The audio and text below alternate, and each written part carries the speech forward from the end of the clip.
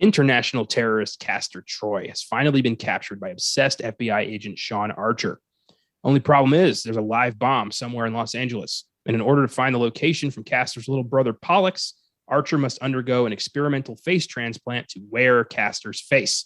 But then Castor wakes up from his coma and does the same surgery to become Archer, stealing his life in the process. Now these arch enemies find themselves on opposite sides of the board, wearing each other's faces in the 1997 action epic Face Off. I'm Connor Eyzaguirre. Caleb Leger. And this is Filmgazm.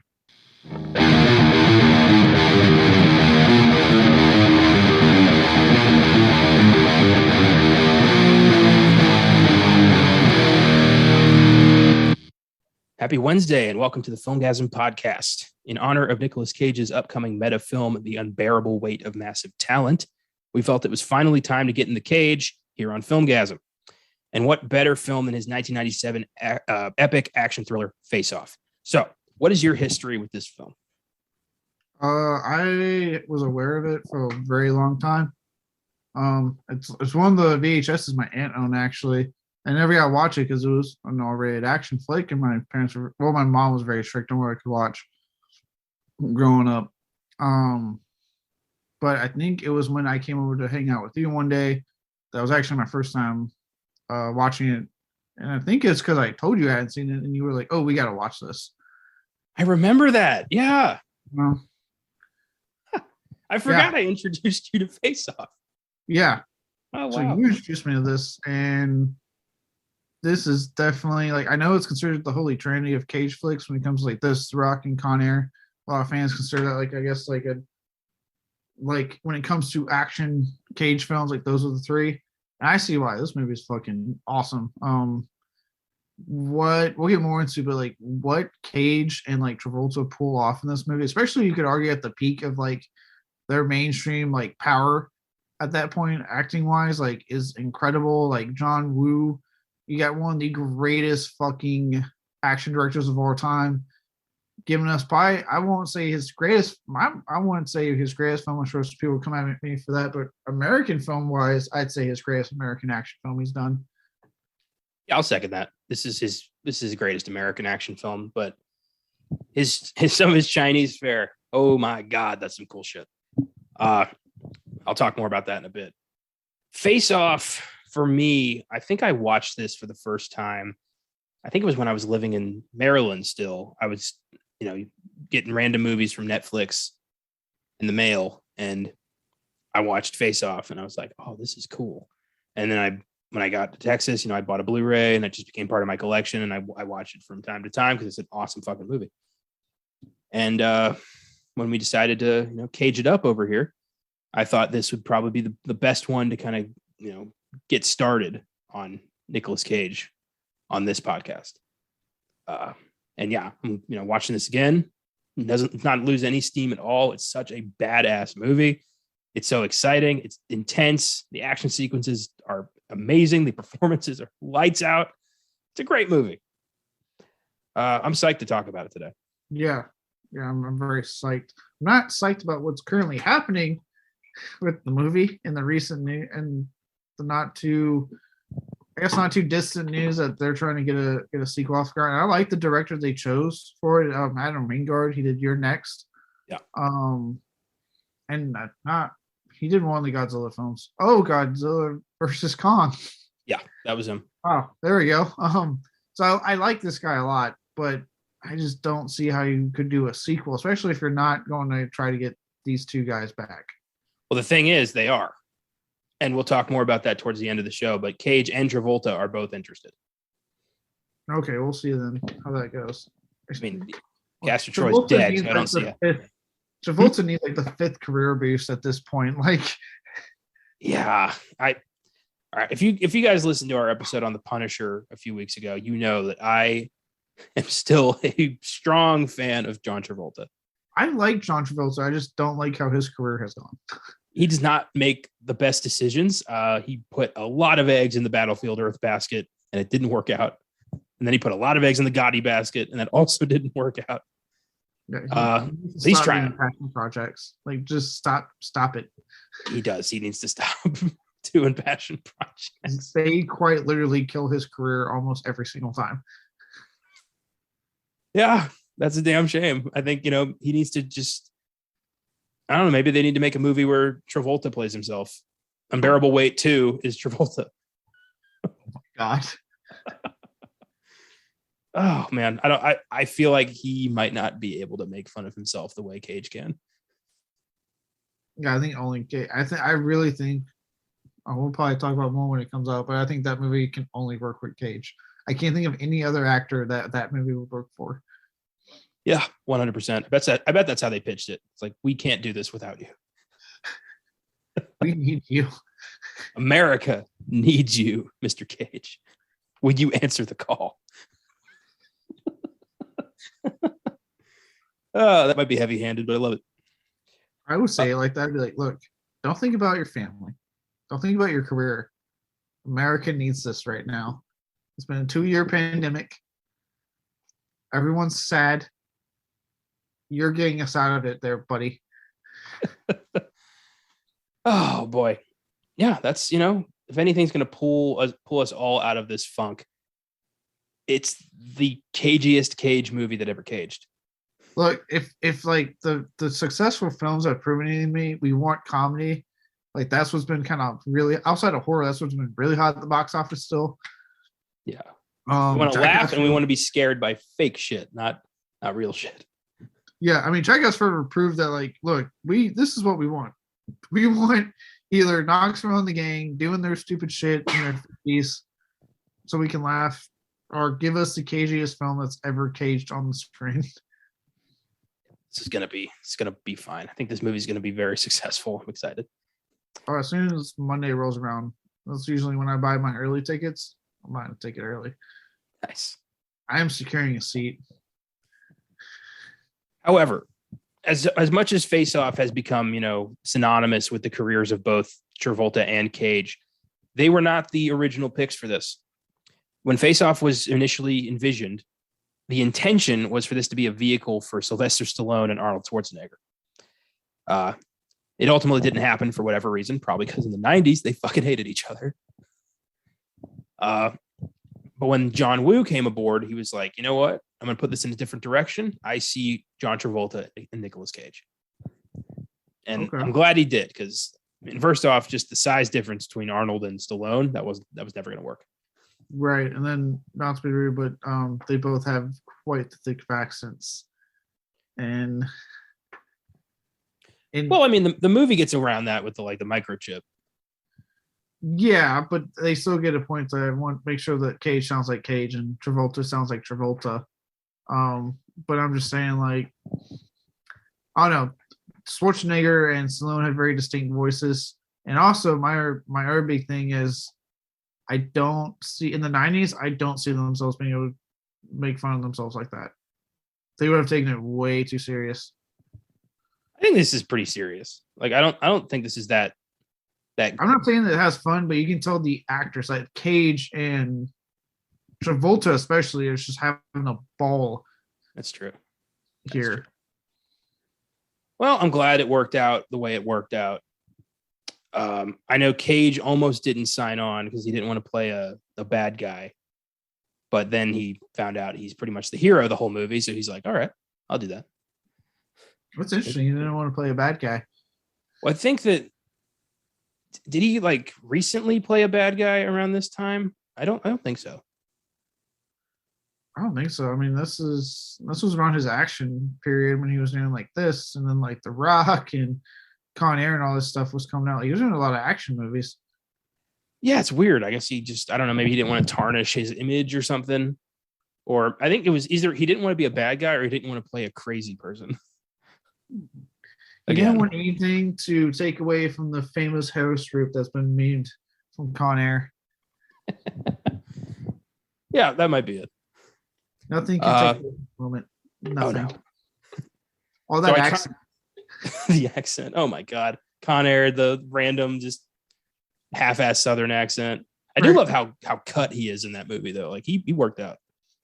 He did work out. I think it's funny. I think it was you that told me that when the fans thought he had fake abs and Ghost Rider, he just stopped ever trying to get that cut again. Yeah. I'm like, fuck you guys. 300 had just come out, so any surprise abs in film were fake. Okay. More people should have gone after that wig from Ghost Rider. That was the real culprit. So, with Face Off, iconic Chinese action director John Woo helmed the film. This was his third American production behind Hard Target and Broken Arrow, the latter of which was also with Travolta. Some of his other films include Hard Boiled, The Killer, A Better Tomorrow, Mission Impossible 2, Wind Talkers, and Red Cliff. And he is one of the most celebrated action directors ever. Hard Boiled and The Killer I've seen. Hard Boiled was badass, and The Killer was even better. Like, those are, I would argue, his most, like, his definitive films. The Killer especially is, he worked with Chow Yun-fat a lot. And The Killer, Chow Yun-fat's an assassin who has to team up with a police officer to take down the triads who want them both dead. And it is so cool. The final shootout in the church has never been it's unrivaled. It's one of the best action sequences of all time. One day we are going to do The Killer on this show. I can't wait. Yeah, unfortunately, I'm not as prolific with genre as I'd like to be. I need to watch a lot more of his stuff because I've really just seen this and Mission Impossible 2, and it's not even my favorite Mission Impossible. I don't blame him for that movie. I blame a lot of other reasons, but not him. I think a lot of the action scenes hold up well in the movie because of him. So I do need to watch more of his stuff. I'm very aware of him, and I've heard that Face Off alone, he just knows how to stage action that lasts. Like, even now, to me, after the 90s, American action cinema just fell fucking down in quality to me when it came to action. We haven't really gotten it back until John Wick came out, in my opinion. And it's kind of reinvigorated and said, okay, this is American action cinema again. But until then, Face Off and them really were these are things that, to me, even now, and that hold up. They're not overly edited. They're not baying it up where it's just moving fucking constantly and you don't know what's going on. It's it's edited and stuff, but you know what's happening. You get it. There's a lot of cool, they take the time to give you the cool shots. Yeah. He knows how to fucking stage action. Oh, straight up. He's got a very signature style. I love that he's always got those. He's got white doves or double pistols. That's his trademark in every single film. Awesome. I also found out he did Paycheck. Remember that movie? The Mel Gibson one? No, that's Payback. Paycheck was Ben Affleck and Uma Thurman in the early 2000s. Oh, yeah. Okay. Yeah. The movie sucked. But anyway, John Woo is awesome. Definitely, I want to watch A Better Tomorrow. Red Cliff, I've heard, is insanely good. So definitely a guy I want to keep checking out. Yeah, I want to dive into his more foreign works and really get into that. The guy's just he's an icon of action cinema. There's not a single moment of reload in Hard Boiled or The Killer. That never happens. Just a constant. Yeah, Chow Yun-fat's two pistols never need to be reloaded. He's always just firing. It's hilarious. Always have ammo. Always.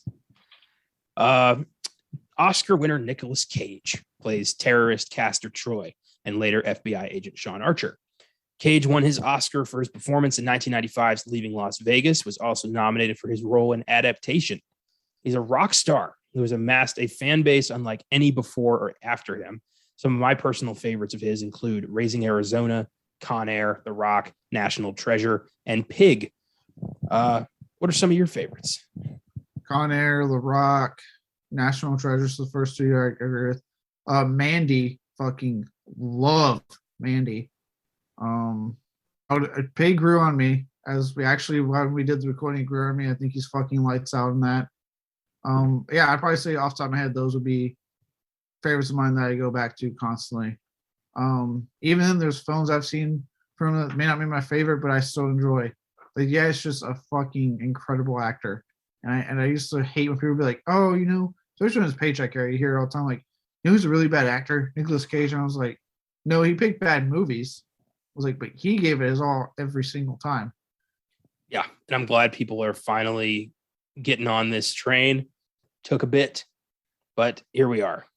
I hope Unbearable Weight pushes Cage back to the top of the A list. It's looking like that might actually happen. But yeah, I've always loved this guy. I think he's an amazing actor, a genuine human being, and I'm glad he's finally getting the comeback he's deserved for a very long time. Yeah, I mean, if you think about like look at our favorite films, this is an actor that he does a little bit of everything. Your favorite films reflected it too. Like we named action films he's done that we love. We named a family fucking film that we love that I keep hearing rumors of the third one may or may not be in development. Who knows? Maybe after Unbearable comes out and it's a big success. Well, right now, I guess Disney Plus is doing a series, and Justin Bartha is the only cast member returning. Right, but I'm still hearing rumors about potential third film with all of them back.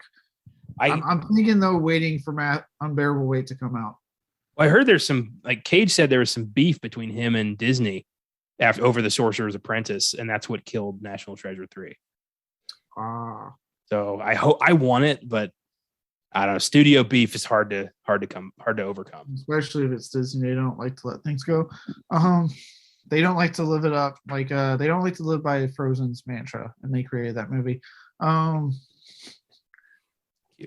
you have that, and then like I said, for me, Mandy, that's damn near horror movie. Like he's not afraid to pick any type of genre film to do. Like to him, he just loves to act. Yeah, one of my favorites of his is Knowing, which I've shouted out a few times on these shows. Didn't do well, didn't get a lot of praise, but it freaked me out. It was like way too realistic end of the world movie that I really enjoyed. And we will do it on this show one day, not Beyond the Bed. That belongs here. Like Knowing belongs on this show. So one day. Well,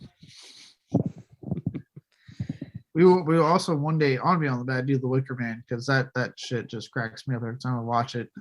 Regrettably, there are a lot of his films that we are going to do on that show, but everyone's got we all end up in a rut at some point. Yeah, it's just, do you get out of it? And he's getting out of it. So yeah. Oh, another one I mentioned, Mom and Dad, really good movie. Mom and Dad is great. I thought that was such a fun movie, such a weird concept, and him and Selma Blair really committed. Yeah, they did. I like the part when like he is trying to kill his son, and Lance Henriksen playing his dad comes home and is trying to kill him, so it just becomes this big over chase scene. Yeah, that was good. That's another one we're definitely going to do here. This is just opening the floodgates for all sorts of fun movies. It took us so long to finally talk about Cage here. It's because we have to give him the respect he deserves, because we can't just throw him on here. You have to respect him. Yeah, this is not your average Filmgazm podcast. This is a cage match. Cage is not your average actor.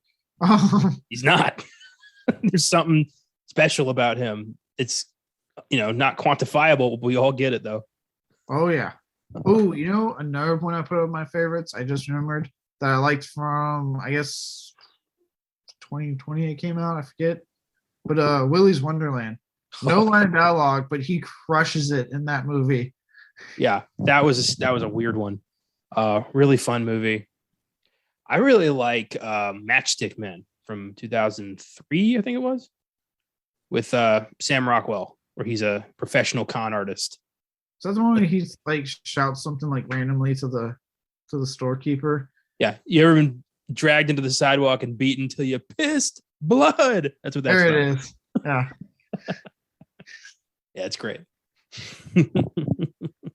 Nothing like a nice Nicolas Cage freak out moment. Like he freaks out better than anybody in Hollywood, better than anyone on earth.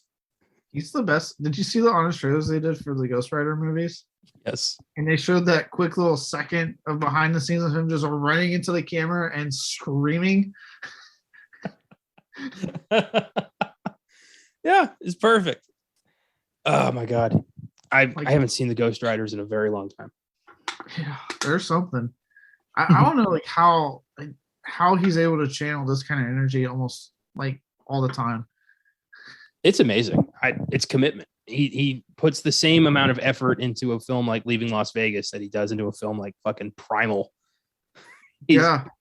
Yeah. No one does that. Oh, another. I'm thinking of a lot of recent ones I've been watching too. I know it's kind of problematic now because the whole thing with its director, but Color Out of Space was a fucking good one with him in it. That's one I want to revisit because I've never really been a big Lovecraft guy, but I think that film's worth a second viewing for me. I fucking love that movie. I thought it was so goddamn good. I've been a real big fan of his like recent like genre offerings, very much. I'm glad he finally got to play Superman in that Teen Titans movie. I didn't see it, but I was happy he got to voice Superman. Yeah, he had to do it. Oh, speaking of his voice work, Spider-Man Noir, yeah, and Into the Spider-Verse. Oh my god, that was so good. He's got one of my favorite lines in the movie. We don't pick the venue, we just dance. Where's the wind coming from? Cage is the man. Next up, Oscar nominee John Travolta plays FBI agent Sean Archer and later terrorist Castor Troy. Travolta was nominated for his performances in Saturday Night Fever and Pulp Fiction. And we recently went through his career in our episode on The Punisher, in which he plays the sadistic crime boss Howard Saint. So I'm not going to lay out Travolta's greatest hits here because I just did it a few episodes ago. But any like specific Travolta films come to your mind when you think of like his greatest hits? Definitely Saturday Night Fever. I that one actually surprised me with how much I ended up liking it. I watched it on a whim because I kind of heard about like, oh, it's this breakout movie and blah blah blah, and I was like, okay, let me give it a shot. And I was like, because I remember thinking for years like a disco movie, okay. And then I watched it, I was like, it's actually kind of good. Yeah, I haven't seen that yet. I keep meaning to check it out. It's not bad. I actually quite enjoyed it. Loved him in Pulp Fiction. Right, that's I think one of his best films he's ever done. Obviously Face Off. Beyond that, I like him quite a bit. I just think he's not the best at picking roles. But That's I do think, yeah, I do think he's one of those actors that he is generally like good and like he commits every time. He just needs to pick better movies and stop having so many resurgences. Yeah, it's crazy how his passion projects keep biting him in the ass. I actually liked Gotti. I know I'm on a very small island with that one. But I like a nice, forget about it, gangster film. Like I don't care that it's nonsensical and nobody's really trying that hard. I think he's trying pretty hard. It's probably the only one trying pretty hard. Well, it does glamorize John Gotti, which is pretty fucked up. He was a murderer and a bit of a psycho, but it's not boring. I'll give it that. And it's a beyond the bad movie for sure. I mean, it's 0%, destroyed his career for the second time. But I'm hoping that you see the light. I'm actually very interested to see what you think about Gotti when we eventually do that. Or what I? Okay, yeah, we'll see. I will probably hate it, but yeah, probably. Who knows? I forgot he was in Phenomenon. I forgot about that movie. That's actually a really good movie. Haven't seen that, but I've heard really good things. I really like Michael, which is sappy but cute. He plays the Archangel Michael, who's just like in town on like a vacation. Okay. It's funny. It's endearing. When I was a kid, I had a soft spot for Wild Hogs. I'm glad you do. I remember trying to watch that one and I was like, this movie's not that funny. I tried to watch it a few years ago and I came to that conclusion. But okay. You saw the light. I did. But Travolta in that movie is still like the funniest part of that movie. Like there's moments where he's like, like after they destroy the bar and he's like trying to get on the road and he just starts randomly crying. And they're like, why are you crying? He's trying. Yeah, no, he was trying. I'm with you and Colton that I liked him a lot in The Punisher. Like I actually thought his villain role was really good. He's just such a weird little man. in that movie, but it works somehow. He was in. Oh, I need to check that. Apparently, he was in the Thai West Western in the Valley of Violence. Yeah, I've heard good things about that one. I really want to watch that movie. I need to. It's on Netflix. I need to check that one out. Probably on one of these less films coming out weekend when I actually have some time to watch it and not worry about what's coming out. Yeah. I want to see The Fanatic. I know I've heard it's bad, but like I just want to see him because I've actually heard from all the people like this is what I hear a lot. It's bad, but Travolta's really good in it. I hear that a lot. I think he's absolutely phenomenal in Face Off. Really balancing both, Archer and Troy perfectly. Yeah. I would actually argue he might be a bit better than Cage in the sense that Cage, obviously is committing hard when he's playing Castor Troy. He's still committing, but the character of Sean Archer is much more subdued to begin with. Yeah. So when he becomes Archer, he plays it more subdued, which makes sense with what the movie's going for. So it's not really a flack on like a critique on Cage's performance. It's just that the character really is more subdued, whereas Travolta does the opposite. He's a subdued character, but then has to act like Castor Troy. He was way over the top. Yeah. And everything. I think he just fucking nails it. Well, also, Cage's version of Archer has had his life stolen by, like, his worst nightmares come true, and he's scared and he's insecure and he doesn't have a plan. So he's not the most, confident version of Archer. He's a lonely, terrified man trying to figure this out. So I think on that side, Cage really sells it. Yeah, I know. I'm not, like I said, it's not like me saying like, oh, Cage. So I'm not saying Cage is great.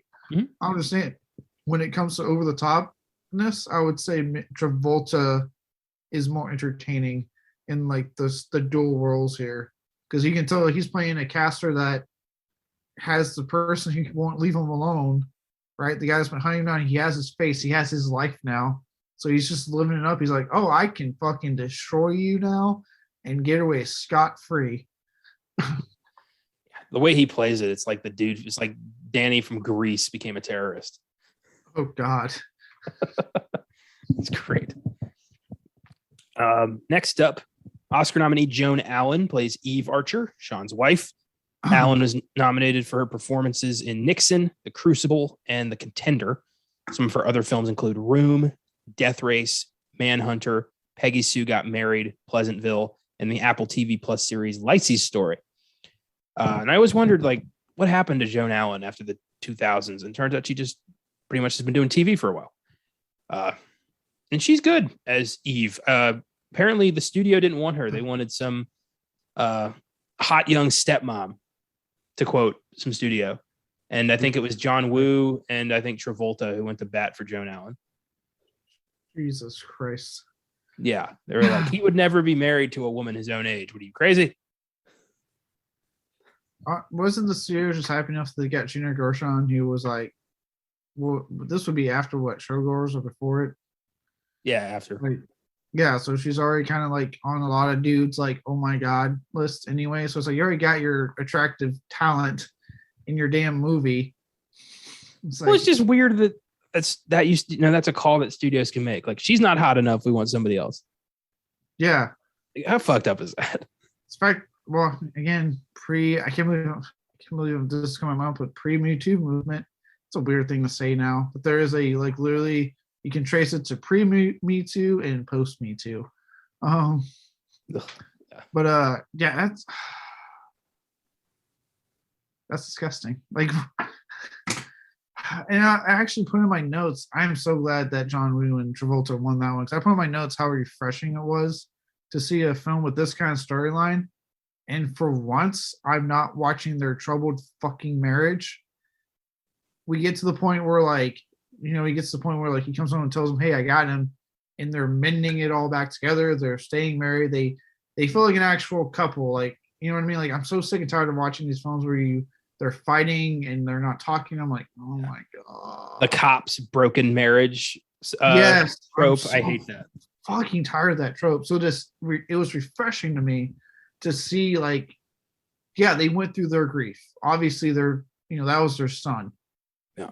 But you see when he catches him, hey, I did it. I'm going to spend more time home. He says, I'll take a desk job. I'll do whatever I need to make it up to you guys. I'm like, thank you. What a fucking refreshing thing to see.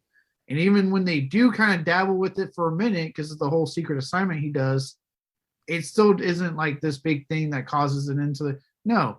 He's adamant throughout the movie after that to find her and be like, hey, look, the guy you think's your husband is not your fucking husband. And she's so quick to like, it is really refreshing to see this type of relationship portrayed the way it was in a 90s film. I think it's epic that like all the like this film's loaded with strong female characters who don't take any shit. That's nice and refreshing as well, especially from the 90s. Yeah, because even Gina Gershon, like she gives when she thinks it's Castor, she gives it to him whenever she feels like. Yeah, she's like, I'm gonna protect my son and fuck anybody who tries to stop me. That's good. That's nice. I like that. Yeah. So. I'm glad John Woo and Travolta won that because I made that a note that it was refreshing to see the marriage portrayed the way it was and not resort to the fucking trope that I'm sick and fucking tired of. I'm so tired of the phrase, there's more to life than being a cop. I've heard that so many times in so many movies and TV shows. It makes me want to pull my fucking hair out. Yeah. I mean, I would say that, but I don't have hair right now, but yeah. Nor will I ever plan on having hair again in my life. I just look for anyone who isn't sick and goes like, well, it's understandable. I have a buddy, a very good friend of mine, Mikey, I've known since second grade, who is a cop. I have asked him his hours. A cop generally works 12 or more hour fucking days. So for a lot of them, no, it's very hard to have more than just a cop life when most of your waking hours are being a fucking, and even when you're off, if you're called for something pretty fucking serious, you're called for something pretty fucking serious.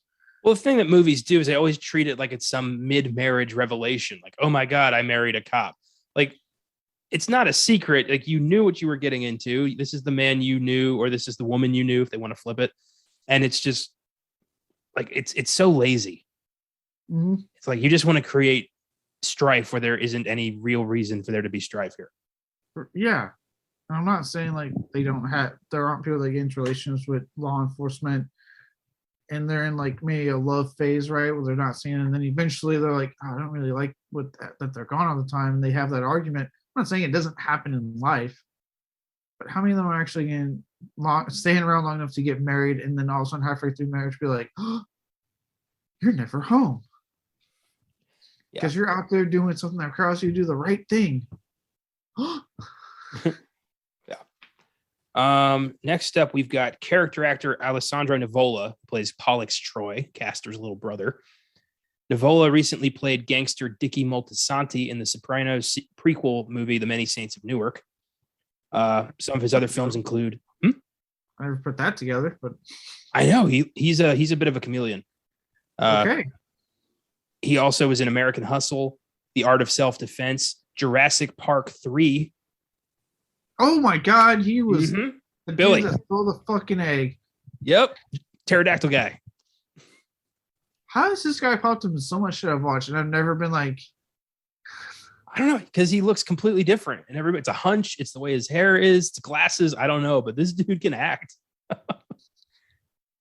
And he's set to play one of the villains in the Kraven the Hunter movie that's coming out next year. So ironically, he's not playing chameleon. But he is, the role has not been disclosed. But yeah, he's a very talented actor. He was one of the few parts of Many Saints of Newark I really liked. Yeah, I had a lot of issues with that movie, but he was good in it. Yeah. And he's such a little slimy piece of shit in this movie. Just this weenie little brother. Yeah, guy that has to have like protection around him at all times and he has to be reminded to take his meds. I'm like, God, I would have fucking shot you myself. If I was Castor, I'd be like, let's just get rid of the dead weight here. Jesus Christ. Yeah, he's the reason they get caught because he paid for the plane. And Castor's even like, that's why we have the boys to protect our famous faces, bro. Like, oh my God.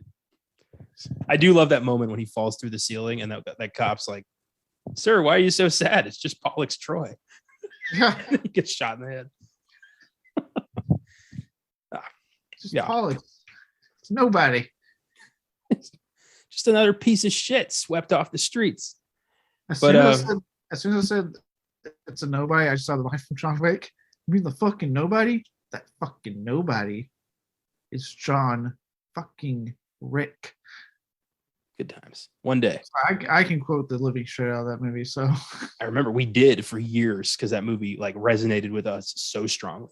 it still resonates with me very strongly. It's one of the greatest action films of all time. One day, for sure, we're gonna do that. Here, we'll talk about If John they Wick. didn't fucking delay the fourth movie, I would be like, we got to do it for the show. Oh yeah, Well, I mean, we got 3 John Wick movies to play with, until we get to part 4. So maybe we'll just spread them out. I like it. Next up, Gina Gershon plays Sasha, Castor's ex and baby mama. Gershon was also in Showgirls, Killer Joe, Blockers, and the TV series Brooklyn Nine-Nine as powerful corrupt cop Lieutenant Melanie Hawkins in one of, I think it was season 6 or something. I don't know. It was an arc. But yeah, I remember her in Showgirls. She was god awful, like everything else in that movie. She's good in this. She was good in this. I think the only note I put down was like Gina Gershon is hot. So I think she's very hot. So I think that's like all I put. Because I was like, good character. I like her. Good job, Gina. I just pictured you in a lab coat with like a whiteboard, and you just wrote like Gina Gershon equals hot, and you're like in deep thought.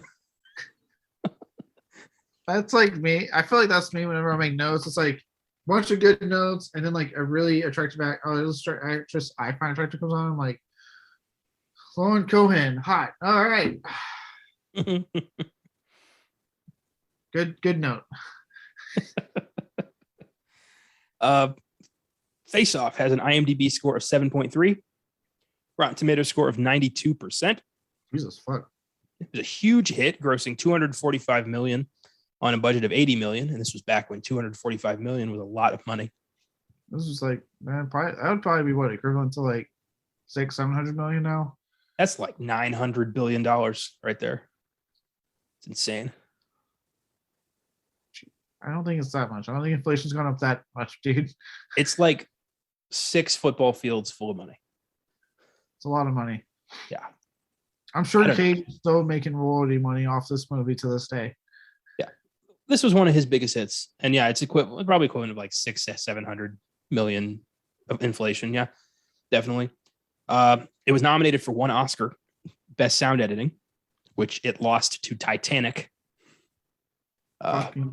Kill me now.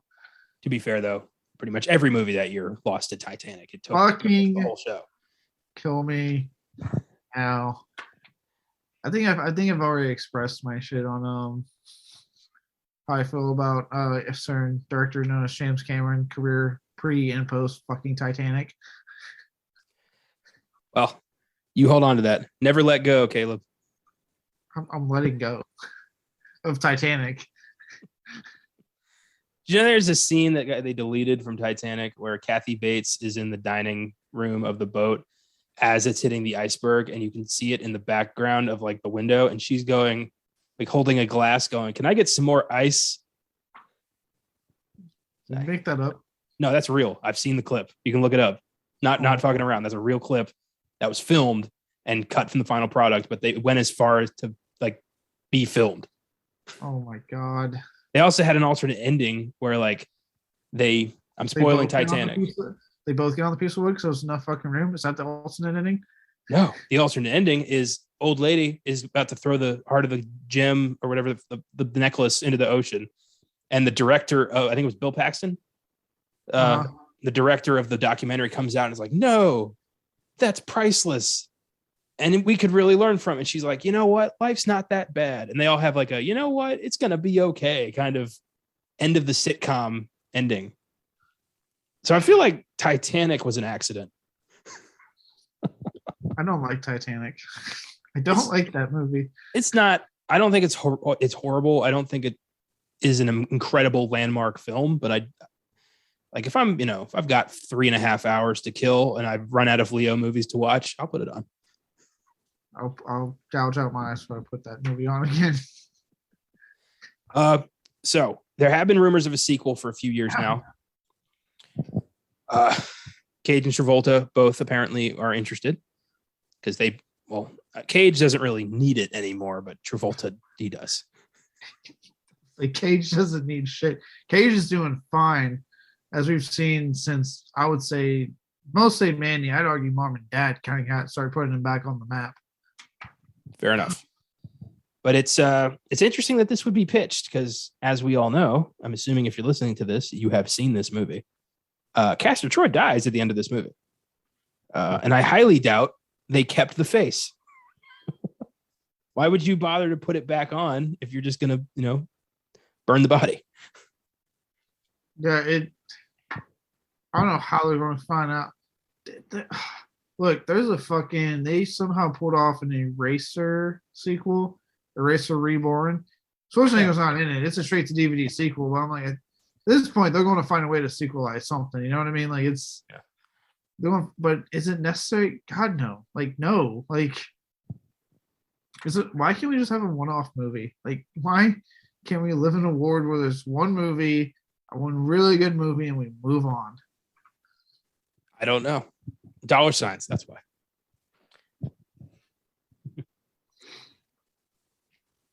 All right, so with that, let's discuss Face Off, because I doubt we're ever going to get that sequel. Unless Adam Wingard figures out something that is so lightning in a bottle, perfect. It's not going to happen. Like, unless it's like a clone or some shit, or like a secret twin brother that nobody said anything about. I doubt it. Yeah. We'll see. I mean, it was announced in 2019? And it's like 20. I mean, granted, that was before the pandemic hit, so I don't know how much that slowed them down. I feel like it didn't slow the writers down because they've had nothing but time. Or did they? I hope not. You're not taking advantage of your situation otherwise. Dude, if I was where I'd be like, look, you're not going to accept my script to make it into a movie. I'm watching movies, playing video games. Call me when you want a script. Fair enough. All right. So Face Off starts out pretty goddamn strong with Castor Troy murdering a child. Very strong opening here. Yeah. I mean, brilliant way to establish why Archer is so determined to get this guy. And just like their relationship from the get-go. Loving that stash, by the way. Right. On Cage. Fucking the very unnecessary stash where I'm just like, are you trying to make this take place in the 80s? Like saying he had the porn stash in the 80s? Anybody had a porn stash in the 80s is Castor Troy. But yeah, just bullet goes through Travolta, kills his kid. But I love that like look of remorse almost on Castor's face. He's like, "Oh shit, I didn't mean to kill that child." Yeah, you kind of see that his morals were not all there, just enough to go like, that was not the plan. Like I was trying to get you, not your kid. Yeah, and that vibe is felt throughout the whole movie where you get this feeling of like, I wish I hadn't done that. Yeah, like there's regret over what he did in that regard. But again, like you said, it's a great way to establish like their relationship right off the bat with each other. In the movie going forward, I do like when Travolta's on the ground calling to his son. You clearly see bystanders in the background, and no one's running to go help Travolta, who is on the ground crawling after getting shot. They're just standing. And it'd be one thing if like people bolted, right, because there was a fucking gunshot. No, they're just standing there looking at him. Well, maybe he made a big fuss about the carousel or something, and they just don't want to help him. Just like that's what happens. I don't know. Probably not. But yeah, it's right off the bat. You're like, okay, Castor Troy's a monster, and Archer hates his guts, and this is why. From there, I think it's like 6 years later, and Archer has lived and breathed nothing but Castor Troy. And Troy is putting a bomb in the LA Convention Center for some reason, dressed as a priest. Which is at least one of the greatest scenes of all time, of him dancing around and then making the weirdest face. I think I remember when you showed me this, we rerounded to that face quite a bit. I've set that face as multiple desktop pictures. Like that might be my favorite picture of Nicolas Cage ever. It's wild. It's beautiful. It's a sculpture. But yeah, he just wanders into a choir, just like rocking out, and nobody looks like inquires like what's going on here, and he just starts feeling up a teenager and making the wildest just such ecstasy. Yeah. This story does not hide the fact that apparently Castor Troy does not care about age at all. Well, no, he's an international terrorist who lives life for the fun of it. He's basically the Joker. It's I think that if Cage ever played the Joker, like this is the closest we're gonna get. Yeah. Oh God. Yeah. That would be a cool Joker. He's not going to ever do it now, but I don't know. He's playing Dracula. I mean, anything goes at this point. God, I cannot wait to see his version of Dracula. Vampire pimp in the house. So yeah, he puts the bomb in there and then goes to get on a plane with little brother Pollux. Well, he's got his like little to-go box of like chiclets, various uppers and downers, and his golden guns that are going to be making a comeback in the unbearable weight of massive talent. That's supposed to be me. It's grotesque. I'll give you 20,000 for it. It's beautiful. I can't wait. I love that Archer is like very determined, but also a super prick to his whole team. Like they all hate him. Yeah. I love like they are quick to point out like, look, he is so into this that he is not nice to his own team members. He is constantly just business and putting. I love when they're like trying to that they couldn't like they're waiting for like the FBI or whatever coming. He's like, well, make a phone call, hurry up. And I'm like, Jesus Christ, man. I'll trust a $10 snitch at this point. I do love when they're like, hey, maybe we should take a break. Everyone's tired. And he's like, we'll take a break when the case breaks. Jesus. I get that he killed your kid, but he didn't kill their kid. They're not as invested. No. Oh, but it is cool that he's been studying this guy so much. Like he knows everything about him, the most intimate little details. And I mean, that's impressive. So much so that he knows that like Pollux never flies alone. So Castor has to be at this airfield right now. Oh yeah. Yeah. One could say it's cool. One could say it's kind of creepy. He knows that much about him. I get it though. A guy killed his son. I'd want revenge. I'd never stop. You know, I'd be living and breathing vengeance. I get it. This is true. I love Castor's wardrobe choices, by the way. Like the fucking like red velvet cape and stuff. Like he's a man living his best life. Yeah, he is. And who has a girlfriend will fuck any woman that moves. And by telling them to suck my tongue, which I've never heard that particular version, but like that those words together in my life. Yeah, I'm gonna start using that as a pickup line. If I were to invite you to suck my tongue, would you be grateful? I'm gonna get maced so many times.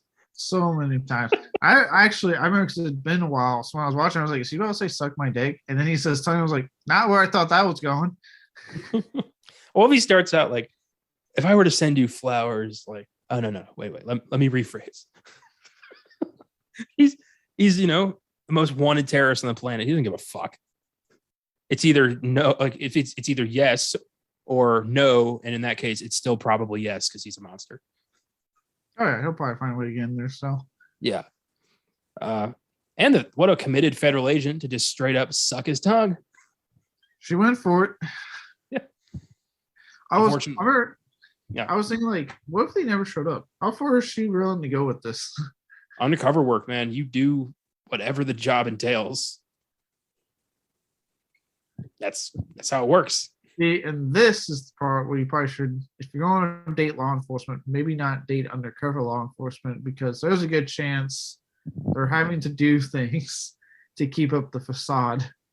Well, I feel like they specifically get people to do undercover work who don't have attachments, people who don't have family, people who aren't, in relationships, specifically so they're not, they're more than willing to go the extra mile because they don't have anyone to lose. Right? Can you imagine? Just like after they get home of a long day of undercover work, they've sucked how many dicks in that day alone? They're coming home to you. I don't think undercover vice cops don't actually suck dick. They trap the John. We don't know that. I think we do. It's undercover. You gotta do what you gotta do. Oh boy. Now I have so much respect for undercover agents, especially just because of the commitment to becoming another person, the incredible skill it must take to I was reading about this guy who was he was a very high up FBI agent who was tasked in the 80s with finding Russian spies in the FBI. And he was the Russian spy in the FBI. But they trusted him so much, they just gave him the job. We got a mole here. You got to find it. You're the man. And he was the goddamn mole. The Departed actually happened in the FBI in the 80s. How'd they figure it out finally? His job was done. He left. And once they realized that this dude had fucking disappeared, they found him in Russia. Fuck. He was like, yeah, my name's Ivan or whatever the fuck. And I'm a mole. Unreal. Okay. Yeah. Really, really good. Very good. Yeah. But this lady, not so much, because she just goes FBI and gets whacked in the head with a briefcase and shot. Yeah, she was terrible. She, as soon as they came in, thought, oh, I'm good now, and just yells out FBI. And I'm like, probably should have waited until he was getting arrested. Did you notice that Archer's partner was the angel Uriel in Supernatural? No, because I forgot about some characters in that season because it's been a long time. Season 4. 15-season show. Well, it was a long show, but it was a good show. It was a good show. I got you into that show. I got you into that show. Congratulations, your medal's in the mail. Yeah, it better be. But he was Castiel's partner, who was evil. But I forgot about that. I remembered his face, and I was like, I know that guy. I love that Archer just randomly is like, I'm taking this helicopter, and takes the helicopter and just starts shooting out the engine. It's a great action sequence, but it's so ridiculous. Oh, it's what it sets the stage. To me, this is John Woo saying you're on board at this point or not. This is the action film you're getting from me. Because I fucking love this whole sequence of the plane chase and then the hangar shootout. It's just fucking. It's still just so exciting to watch. Oh yeah, the shootout, especially when Paulus gets arrested and Castor's just like, oh fuck it, and starts running away. And Paulus is like, brother. But brother. Yeah, then Archer and Castor just going at it and being like, you got one bullet left. So do you. And he's like, I love that. I love when Castor gets on his knees and he's starts singing that song. I'm ready. At first, acting like he's begging for his life. And he gets on his knees and starts singing the song. Better pull that trigger because I don't give a fuck. Jesus. He pulls out the knife. Archer kicks it away. He gets blasted by a jet engine, ends up in a coma. Which is not the worst thing to happen with a jet engine. I'm just saying right now. Yeah, he got off easy. You can get sucked into those things. If they had enough force, you could have been sliced by the fucking fence. Really, a coma was literally the best case scenario in that regard. Oh, yeah. I also want to point out the composer of this film. I think his name is John Powell. This is his first movie. Well done. Score's pretty kick-ass. It's a good score. Yeah, very tense. Yeah, not as epic as I would say Con Air's score, but still a good score for a Nick Cage action film. I can't off the top of my head recall Con Air's score, but I believe How you. dare you? It's been a long time since I put the bunny back in the box. Put the bunny back in the box. I love that one has an Oscar nomination for Best Original Song, so like it could be an Oscar Sunday. We could Con Air on there. That'd be awesome. Oh my god! How do I live without you? It's so over the top. Everything about that movie's over the top. It's beautiful. It's a great movie. Awesome movie. I love. The only thing unrealistic is I feel like an Army Ranger defending his fiance from like criminals like that is not going to. No jury in the country is going to convict that guy. No, in real life, he probably. I mean, especially if it was an accidental death, I doubt he would have been locked up like that. He might have been discharged, but I don't think he's going to prison. No. No. And also, let's just be honest, I don't think they're going to do the whole like plane thing where they put them in a plane and transfer. Like, I still think we transport prisoners by buses because they don't go to a whole new fucking state. It's also probably not a good idea to put the entire maximum security wing on one flight with only a few guards. Yeah. And this guy who just like is getting paroled but needs to get on this plane for some reason. It's not the best script, but it's a very entertaining movie, and I won't lambast Con Air. Right, with a great cast. I mean, Steve Buscemi, Danny Trejo, Dave Chappelle. That's right. Yeah, Chappelle's in that. Yeah, 4 people like thought he was problematic. It's not, but I like him in it. Yeah, good times. Well, now that our Caster's, on ice and Pollux ain't talking, they still need to figure out where the fuck this bomb is. When Archer gets back to the the FBI building, everyone starts applauding him. And they give him that champagne. He's like, "It's not done. Like, what are you doing? Stop it." He's so angry.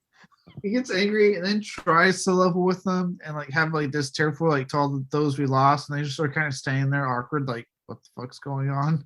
But it's even the way he does that. Like the card says "just for you," and he's like, "Well, what about all these guys we lost? What about them?"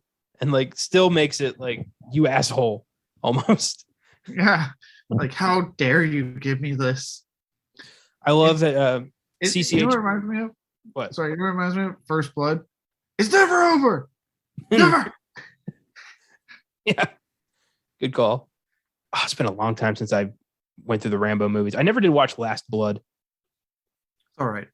That's what I hear. I didn't hear great things. It's not that great. Yeah. I love 2008's Rambo, but I did not like Last Blood all that much. The batting average for the Rambo franchise is, more hit than miss, so it works out. Yeah, I was about to say, in all fairness, like the first one's a great film. Yeah, with that classic line. I just referenced it's never over. Never. I love when he gets him in the woods and he's got he's in the camo and he's got the knife on Brian Dennehy's throat and he's like, "Let it go, or I'll give you a war you won't believe." Jesus Christ. How do you not get chills? Like, I would have shit myself and like, yeah, okay, got it. I'll leave you alone, dude. The last thing I want to do is fuck with this grizzled vet who never left Nam. Yeah. I love when fucking his superior comes in. Now you've started a war. He had nothing, and you picked on him. That fucking nobody is John Rambo. It's everything comes from something. But yeah, they need to figure out where this bomb is, and Pollux ain't talking. So they figure CCH Pounder comes up to Archer and is like, "Hey, what if you could be Castor Troy?" He's like, "Fuck that. I'll talk to his gang." Yeah, I love that. Nope, talk to his gang. We know exactly where they are. Oh, he makes that one guy shit his pants. Everyone's like, "What's that smell?" He's like, "Get him a goddamn towel." So sick. He shit himself. Yeah. But eventually, they ain't talking, and we get to meet Gina Gershon, and Archer's been harassing her for quite some time because she knows Castor Troy. Yeah, and that it's a quick scene, but like it's very much established. Like it's not the first time he's harassed her for information about Castor. And then I think they bring in her brother, I believe, his buddy. Dietrich. Yeah, Dietrich, who isn't saying shit. I love how he tries to like have a one up on him for a quick second, and then he just fucking slams him to the ground. Well, he says like, "How's your dead son?" and then starts laughing at him, and Archer puts a gun in his eye, as one would. That guy's played by Nick Cassavetes, who I believe is the son of Gina Rollins and John Cassavetes. Pretty cool. Oh, okay. Yeah, John Cassavetes is the director of several super long, boring dramas I've had to watch on Oscar Sunday. Cassavetes, like one of your favorite directors of all time. Don't you love all his movies? I can't. That's one of the few episodes of Oscar Sunday where I was like, I don't want to do this. Oh boy. But you know what? He was great in The Dirty Dozen, and he was great in Rosemary's Baby. So it's fine. But yeah, there's a weird thing going on between Dietrich and his sister. They kiss quite long. When did they kiss? I wasn't paying attention. When the fuck they kiss? They have like a goodbye kiss that's a little like way too long for a brother sister regular relationship. There's some Lannister shit going on in there. Look, Hollywood doesn't care about incest or age differences. Apparently. Oh, I looked in the trivia. It goes further than that. Well, I got more to say down the road on Filmgazm Facts. It's a weird statement, but worth bringing up. Oh god damn it. So eventually, Archer's like, all right, fine. I will be the caster. And it's kind of fucked up that he wasn't allowed to tell his wife. That is one thing that's like very tropey about this, and it's not really the film's fault. Like it's something that kind of happened after this film came out, but that whole plot line of like you can't tell anyone. Well, that's kind of stupid because if things go south, no one's going to fucking know. Like in real life, no, I don't believe there's a fucking black site operation going on where we are making people do shit like this and being like, we can't tell anyone. Like, no, someone knows. Like someone has to fucking know. Well, people did know, but Troy killed all of them. He did. He murdered all of them. Yeah, which was dark. It was a dark scene, just lighting them all up. Jesus. I do love that at the end, they're like, we found the greatest surgeon on earth. You're going to be fine. Like, yeah, this was a pretty specialized, unique surgery developed by this guy. I don't know how good this is going to look.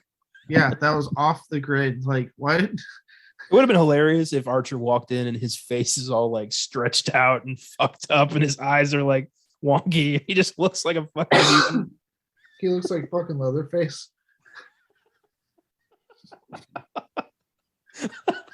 Oh my god. It just looked way too perfect for this guy's first job transplanting faces. Look, if we're being completely honest with ourselves, and this is not, I'm never one of those guys to be like, oh, this is unrealistic. I fucking hate those people in movies. But the plot of this film is incredibly unrealistic. Like, there is no way in hell transferring of faces would work or the patients would live through that process.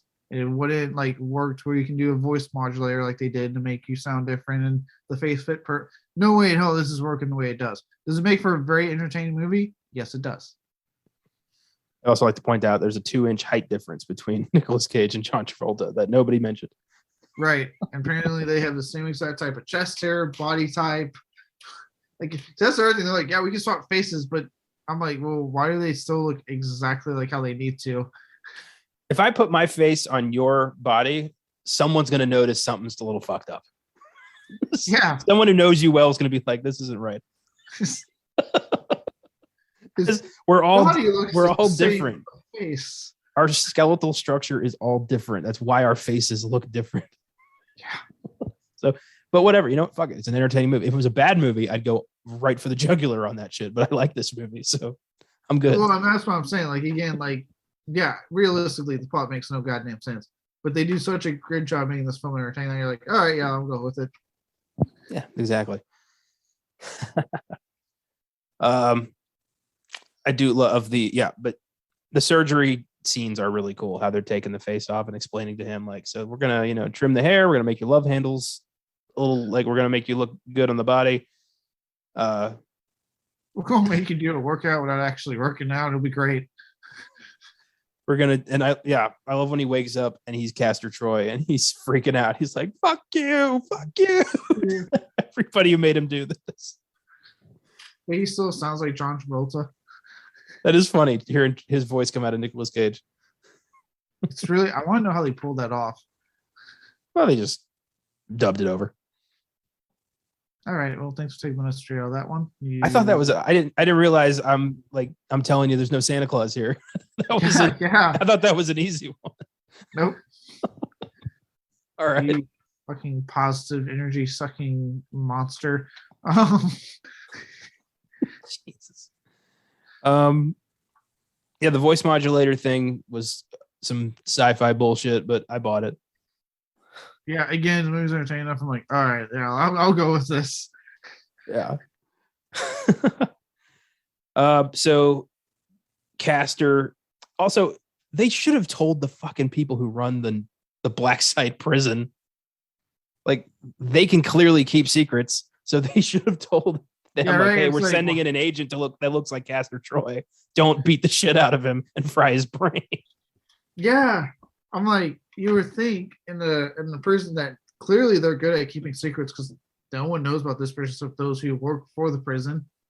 I'm like, maybe let them know, like, hey, the guy that looks like Castor Troy is not fucking Castor Troy. Like, it's an undercover agent. Like, don't mess him up too bad. I wonder what their commute's like. Like when you're a guard at a CIA Black Site terrorist prison in the middle of the ocean. What do you do when you're late for work? You probably just don't. I don't know. Do you show up that day? You have to take some kind of helicopter to get there. Yeah, like if you miss the chopper, like, do you have to pay a fine? Are you fired? Like, how does that work? Get to the chopper. I do love that John Carroll Lynch is the sadistic guard. Always like seeing him. Oh yeah. Well, and this part of the scenes when I texted you that I spotted a very famous movie critic, host of The Last Drive-In, Bob Briggs. He pops up in the scene after the fight. They're getting ready to take Travolta over to go fry his fucking brain. And the person that runs that part of the movie, you hear him go, oh, hey, look, it's Castor Troy. Would you look at that? Or something like that. It's Joe Bob. They show him for a quick second. I was like, holy shit. That's awesome. Yeah. He had a run where he would pop up in a lot of films like that, where he just like randomly pops up for a second. He was actually supposed to be in a scene of Texas Chainsaw Massacre 2. He had filmed it. It was filmed. It's a deleted scene. I need to see if it's on my Blu-ray. I don't know for sure or not. But they end up cutting it. But like he's like it's supposed to have a sequence that takes place at like a drive-in movie theater, which makes sense for him. And he's supposed to be one of the guys working it that meets his untimely doom by Leatherface. I think that was like his thing. It was like because at that time, he was more well-known John Bloom writing, doing the right. He's amassed his cult following of Bob Briggs. So it was like, he had that ability to be like, if you won't put me in this, like all I ask is that you kill me off. That's all. I wonder if do you think he's maybe pursued cameos in other Texas Chainsaw movies, or think they've reached out to him, or is that ship sailed? That ship may have sailed on the newer films. I'm sure maybe he's asked. He's not opposed to being in films. Still to this day. I mean, on The Last Drive-In, this Shudder film that came out called Scare Package, he was very excited to premiere it on his show because he was one of the characters in the movie as himself. That's cool. And he was very excited to make it a part of the season to be like, hey, we're doing a movie that I'm in. You guys are going to really like it. And then they very famously, Darcy didn't tell him, but she switched one of his movies out in favor of showing Hogzilla, a film he's tried to bury because it's terrible and he's in it. And she was able to talk to the director of the movie and get Shudder to get the rights and air it without telling him. My God, how'd that go down? He was so mad.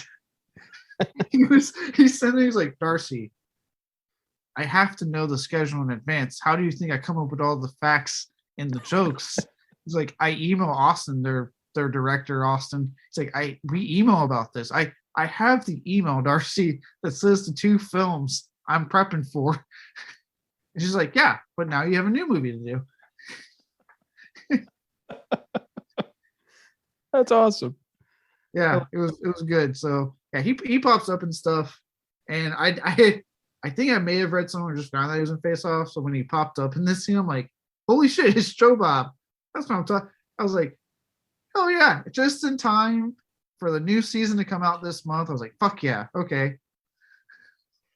That's fantastic. I do love the Erewhon prison, the not so subtle anagram of nowhere. And they're all just like, the Geneva Convention doesn't exist here. Most countries don't even know about this place. Once you're in here, you never leave. It's like, that's First dark. off, yeah, and I have some issues with that statement. First off, based off the fact that the coast was right there when he jumped off it. One, it's an oil rig, so people clearly know something's there. 2, if you're that close to the coast, you are not in international waters, sir. Can't get things past this Navy guy.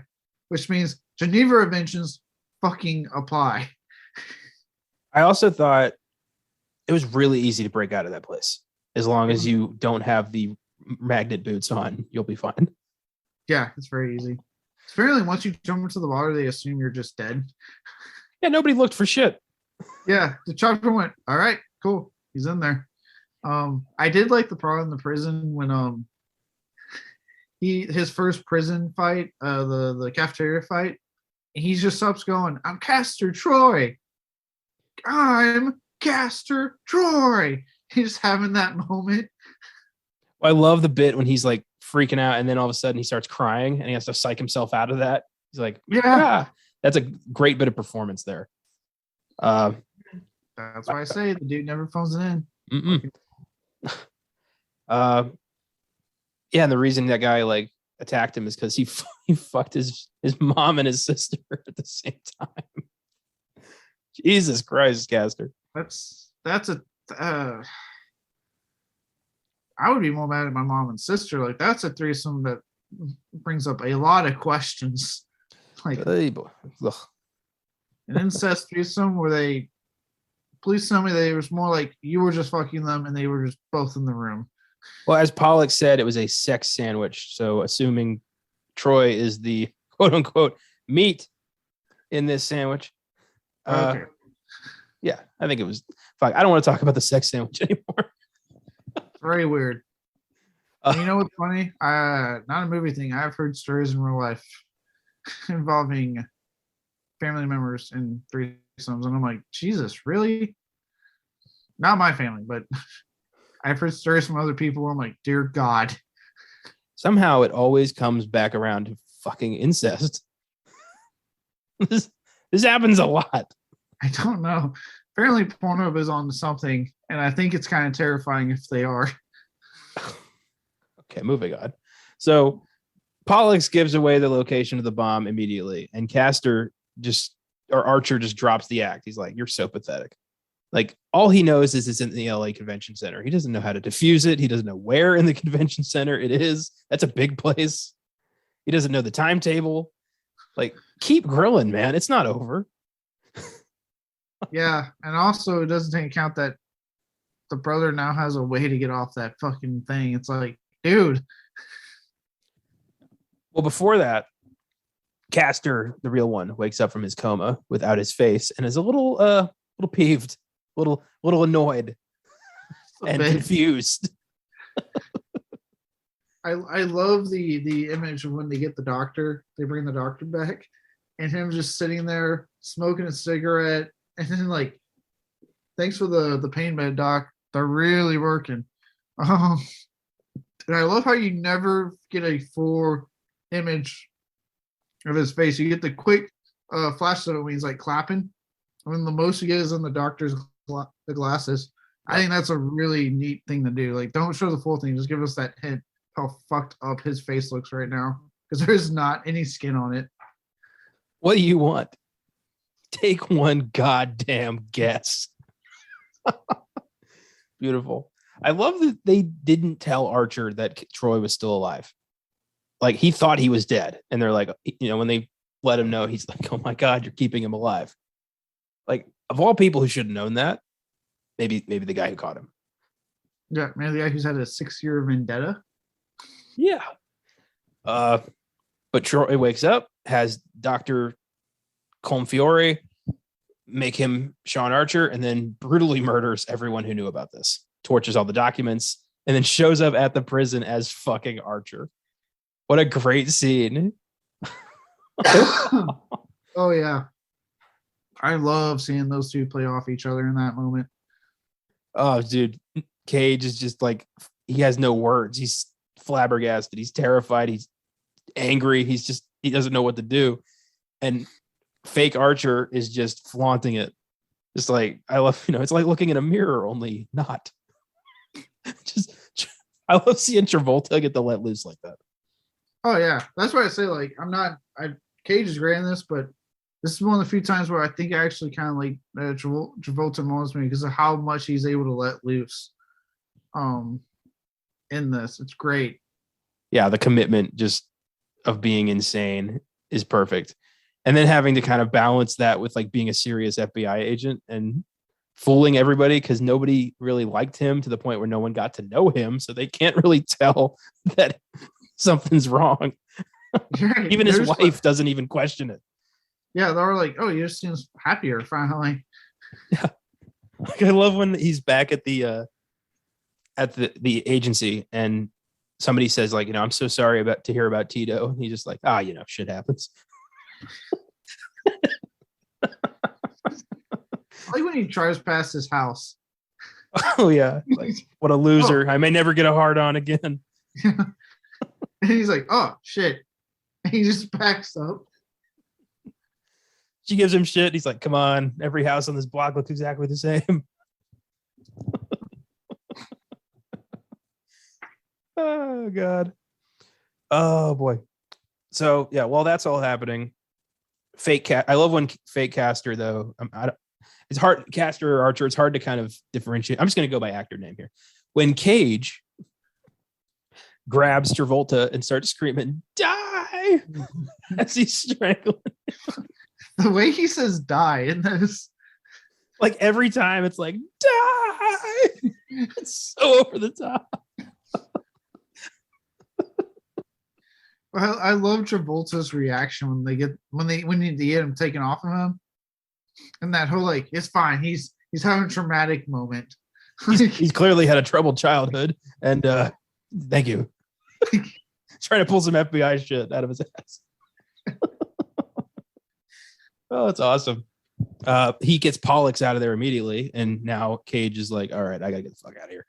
And he gets himself put in the brain drain room. And I love how quickly he convinces Dubov, like, I didn't touch your wife or your sister. Let's get out of here. Dubov is immediately like, all right, brothers. Right. All this forgiven. It's so quick.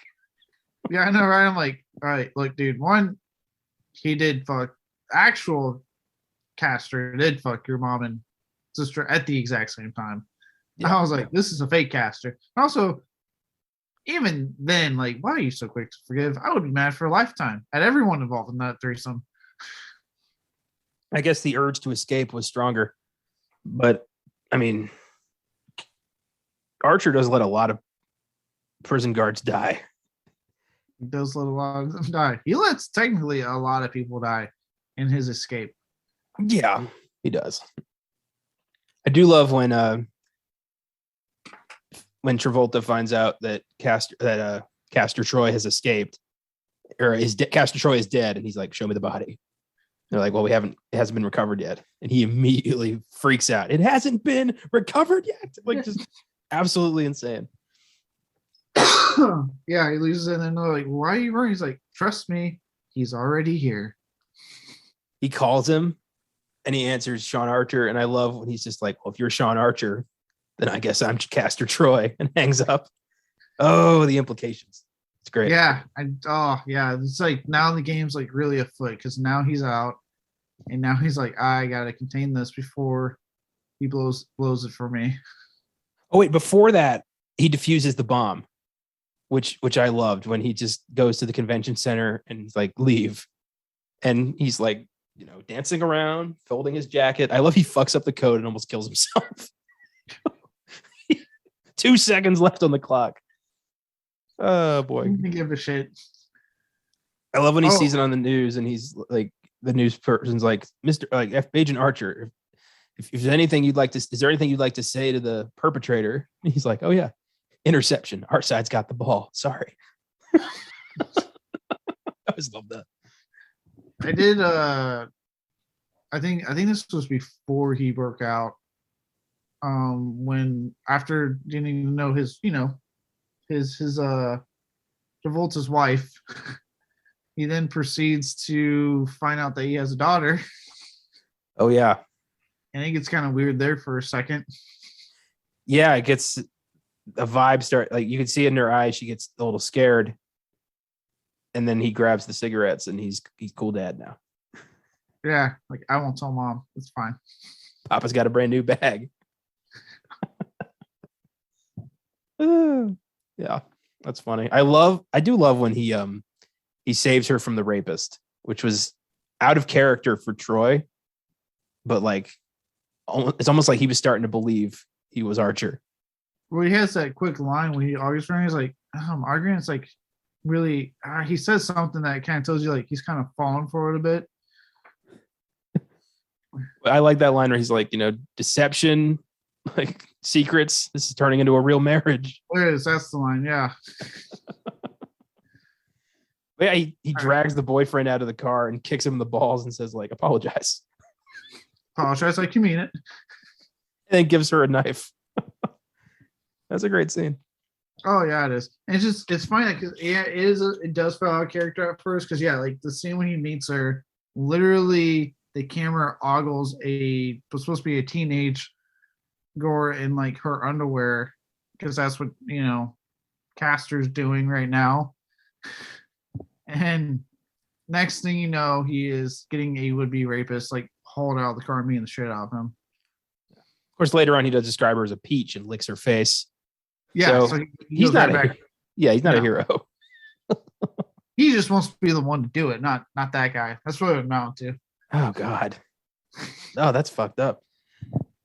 Am I wrong? No, you're not wrong. Date night is interesting when he seduces Mrs. Archer with minimal effort. And it made me think, I guess Castor and Archer have identical dicks because she didn't even consider the possibility that this was a different man. This is true because I'm assuming they did end up fucking that night. Oh yeah, it's implied heavily. Yeah, so I would think if you've been married long enough that you had 2 children and one of them's a teenager, that you would know your man's dick like inside and out. Well, also like his physique, like the second Archer takes off his clothes, she's going to be like, that's my husband's head. But the rest of him doesn't look right. Unless he was very insistent on keeping the lights off. I guess. I don't know. Also, later on, when she finds out that's not her husband, she doesn't really panic that much the fact that she fucked the man who killed her son. Yeah, right? There's no like, oh my God, he was inside me. Yeah, that doesn't really happen. I feel like that'd be the first thing she says. Yeah. And if I was like Travolta's character, I'd be like, you really slept with him? Are you serious right now? Really? I'd harp on that a lot. Oh my God. That marriage is over the second he's like, how could you do this to me? Yeah. Oh my God. I feel like, but to Castor's credit, he must be some kind of smooth-tongued devil. Like it's because it's implied that man gets around. He can eat a peach for hours, as he said. Yeah. Man likes to give.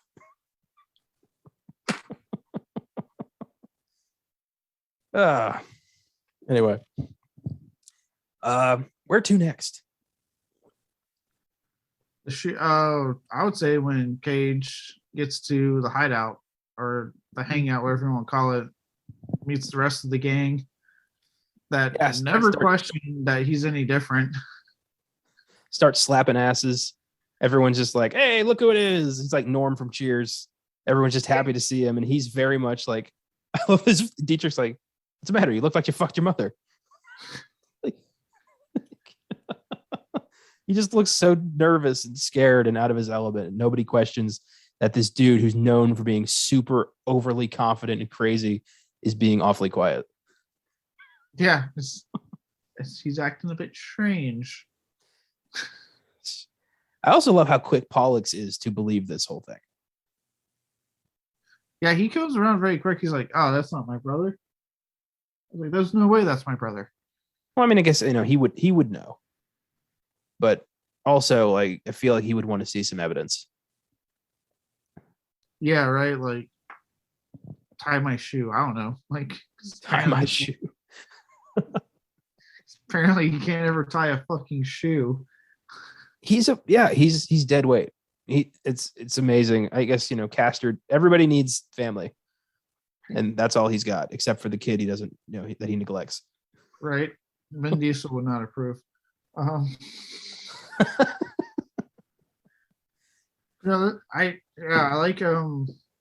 like how we kind of get like a quick, at least for a moment, like kind of a look into Castor Troy's life, like what he lives day in and day out when he's not out planting bombs, or whatever he likes to do for fun. He's just hanging out doing drugs with bald people. Yeah. And I guess some sleeping with Gina Gershon or whatever woman she wants to sleep with that night. I like how she just comes on to him really quick. Yeah, it's pretty awesome. Frankly, Troy seems like he'd have a pretty fun life. I mean, I think Archer, it's not like there was a timetable on this. He could have enjoyed himself a little bit. I'm just saying, she was throwing herself at him. She's like, maybe this. Her hands started going down. I'm like, maybe for a second. Be hilarious if she was the one to be like, "That's not Castor Troy's dick. Who are you?" Like, they know, they can tell, but apparently, Joan Allen's not getting it enough. She forgot what it was like. Apparently, all it takes is 2 months, as in that one journal entry. Oh, that what a loser! Oh yeah. Yeah, it's I do love that the whole time Archer's boss is on his ass, like for no real specific reason. Like, I don't know where you're getting your intel. Yeah, you're getting results. Yeah, you're the golden boy of the FBI. Yeah, we've captured a lot of terrorists, but I don't like you. Yeah, right. He's like just the typical angry boss for no reason this time, though. But it is cool that Castor kills him by inducing a heart attack. I thought that was a neat way to do it. Yeah, when you said that, I was like, "Oh shit, you gave him a heart attack." Okay. Yeah, just punches him in the heart and then just holds him down. That was a cool death. I don't think I've ever seen that before. And I think that was the dad from Fargo. The rich guy that William H. Macy's trying to extort. Oh. I think that was him. Maybe.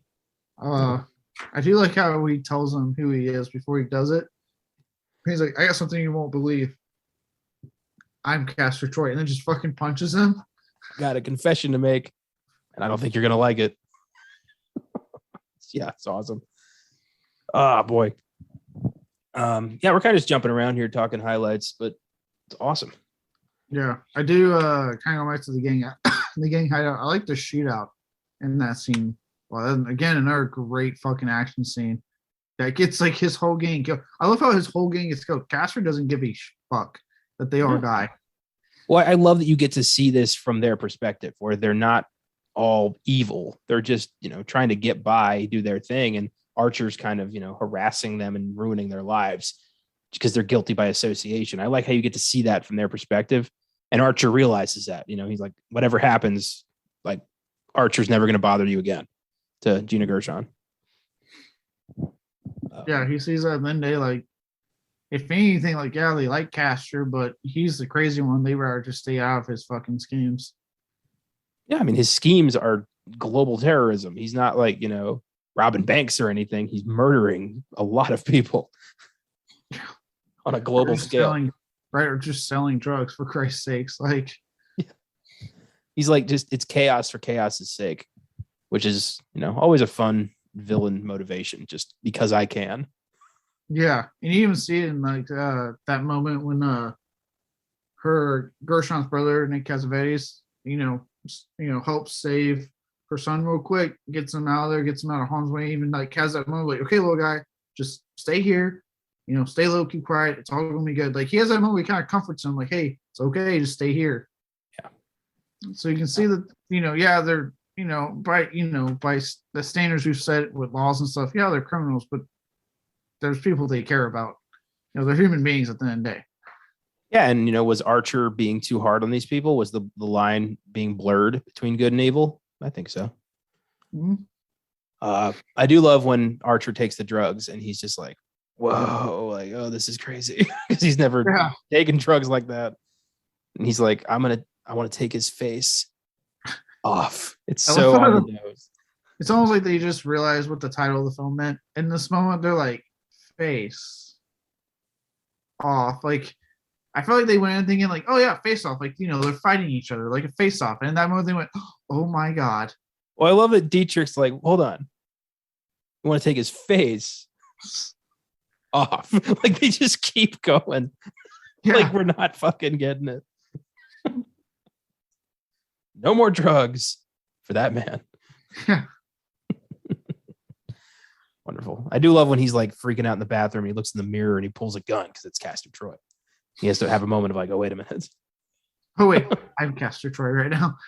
He has that weird face and like turns around and Gina Gershon and he's like smiling all weird. Funny. Yeah. And like I said, like you were talking about, like I said, when he just fucking lets them all die. So like I said, that kid probably doesn't have the most stable life living in that fucking environment. But again, like fucking Nick Cassavetes cared more about that kid than his own father did. Like, dude was willing to be like, no, kid can die. Fuck it. Don't care. Yeah, the big reveal of, oh, he's yours too. What? And when, Archer hugs the kid and starts calling him by his own dead son's name, that's freaky and uncomfortable and it makes everyone awkward. Yeah, I kind of got Gina Gershon's reaction. I'd be sitting there and be like, okay, you can get away from the kid now. Yeah, but when Archer shows up and him and Troy have that face off in the mirror when they're like, aiming at their own faces, it's like, that was a cool shot. Yeah, I like that. All right, plan B. Let's just kill each other. Yeah, it's like, I do enjoy boning your wife, but I think we both like it better the other way. Jesus, man. Oh, that's good. I do love the scene where they go to the son's grave and Troy just looks uncomfortable and doesn't really know what to do. Mm-hmm. Like he's just looking like, he won't look at the grave. I noticed that he's looking everywhere else, but he won't look at the grave. Yeah. Again, you could argue it's a mixture of him just not, he's that much of a monster. He doesn't want to be there, obviously. Or there is that little bit of humanity in him that's going like, I did not intend for this. Yeah. I love that it goes right up there, but we get no redemption whatsoever for this guy. He's 100% our bad guy, but there is those little moments of like, maybe I regret murdering a 6-year-old. Yeah. Not my intended target. Mistakes were made that day. Mistakes were made. Tempers were high. Decisions were made. They could have been done better. Jesus. That's all I'm saying, guys, right? Wow. There's a little debrief with the team. All right, so look, we had a good plan. But as you can tell, undesired results. I'm picturing Troy going back to his gang after the op and telling him, like, all right, so that FBI agent who was onto us, who I said I was going to take care of, well, I killed his kid, and now he's going to come down harder than ever. So you guys might want to go underground for a little bit. I'm going to take care of this. Like, way to go, Troy. I would love if he just really tried to downplay it. Like, all right, so check this out.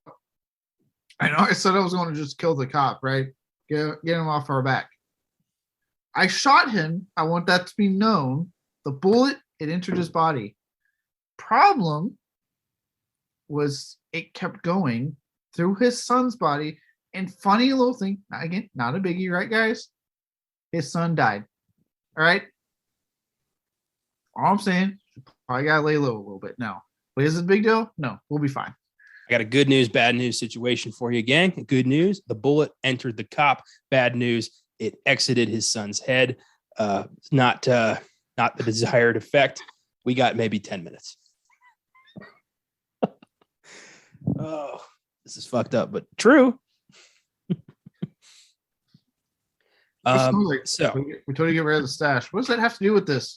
Or you would have seen better. Oh, shave this. I thought you said shoot the child. Oh, that's on me. Sorry. Didn't put the hearing aid in this morning. You guys said you wanted the cop to leave us alone. Yeah, how should the kid do that? That's a good question. Oh, man. This is so morbid. So now Troy or Archer goes to the hell is her name? Eve, and tries to convince her, and he's like, don't scream, don't scream, don't scream. And she's like, you son of a bitch. And he hides his face too. At first he's like, he kind of forgets, and he kind of seems like, oh no, don't look at me. I love his random moments of freaking out that are definitely putting her more at edge when he's like, they told me, they put me under surgery and I woke up and I had Castor's face. Like just screaming random shit. She's just like, Jesus. Already kind of not believing you. That's not helping. Yeah. I love how like I know he doesn't do it, but like the weird, like speaking of face, the weird face thing Travolta does. Yeah. The movie, which I think I read something he actually does he did with his kids. I don't know. I could be wrong. I'm like, either way, it's fucking weird. Like how is that loving? It's the weirdest thing. Like, I love you. Now let me put my fucking just grab your face with my hand. Like, At least it's just like a slight, dusting of the fingers. It's not, blah. It's not like Alien, which would be funny. Either way would piss me off. I'd be like, don't ever fucking touch my face again. How's that sound? I love you. My God. But yeah, I always thought that was weird. I guess they needed some intimate thing for the family to finally prove that that's really Archer. But the blood type, I feel, was more effective. It was very effective. Or, just like you do in anything, it's still his brain, so he has only his memories. Yeah, but I feel like that wouldn't work because he's barely fucking home and they haven't like actually talked in months. Or had sex in 2 months. Yeah. So what nice memories do they really have? What if he just lost it? When was the last time you touched me? Troy's like, Monday. Archer's like, I don't know. She starts asking them both questions like, when's my birthday? Troy's like, April 17th. Like immediately. And Archer's like, give me another one. That would have been funny as hell. She's like, go on, let's see the dicks. Let's see which one belongs to my husband. God. And that doesn't work because clearly it's the same exact model. Oh, for whatever reason, she still picks fucking Castor Troy. It's clearly his. He's like a solid 4 inches longer. He gave me the best orgasm of my life. It's clearly him. Archer's pulled away by the cops. Wait! His pants are still down. Wait! God.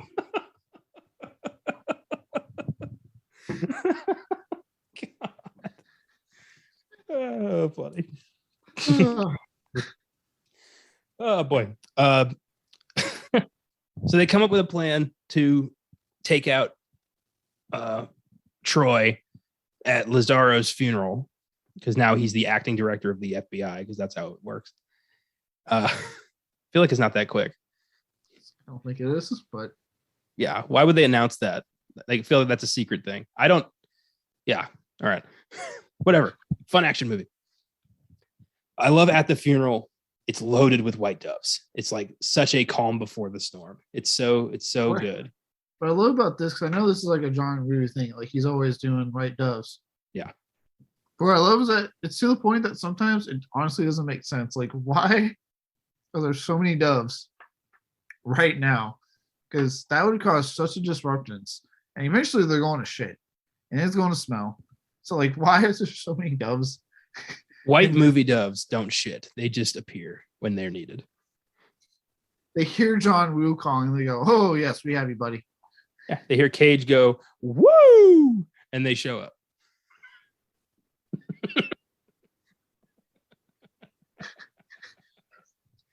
Oh, boy. But yeah, they're, I don't know. It's his trademark.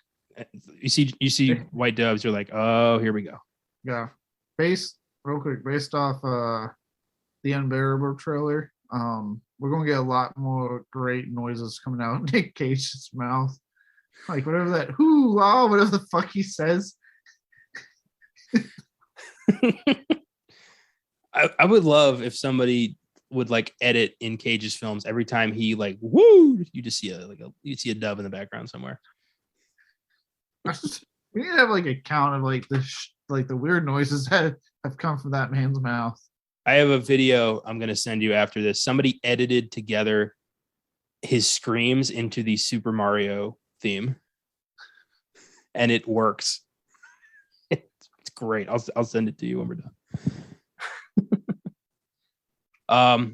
I love when Travolta starts walking doing the fake Latin. That always makes me laugh. Just pissing everyone off. And yeah, they have the, which one's the real Archer thing with the daughter, and the vocal thing's all fucked up. I love real quick for that. I love like the standoff in the church. That just gets ridiculous after so long. Now a gun's on you. Now a gun's on you. But now a gun's on you. But now a gun's on you. I'm like, Jesus Christ. What a predicament. Yeah, I love fucking Travolta. What a predicament we have here. But yeah, Jamie shoots the wrong dad. Yeah, she is terrible. Oh my God. I love Travolta's reactions, like, no daughter of mine would ever shoot that wide.